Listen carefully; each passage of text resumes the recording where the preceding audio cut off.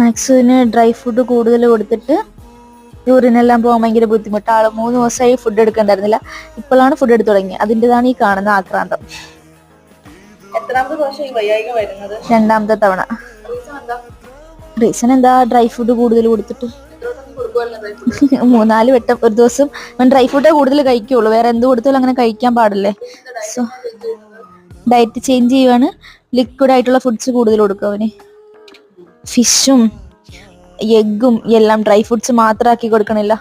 ഒരു നല്ല balance diet കൊടുക്കാല്ലേ. മാസം നോക്ക് കഴിച്ചോ. ഇവന് ഇപ്പൊ ബെറ്റ്റോഡ് ഒരു കമ്പനിയുടെ ആണേ, റിക്കവറി ഡയറ്റ് ആണ്. അപ്പൊ ഇത് നല്ല റിക്കവറി ഉണ്ട്.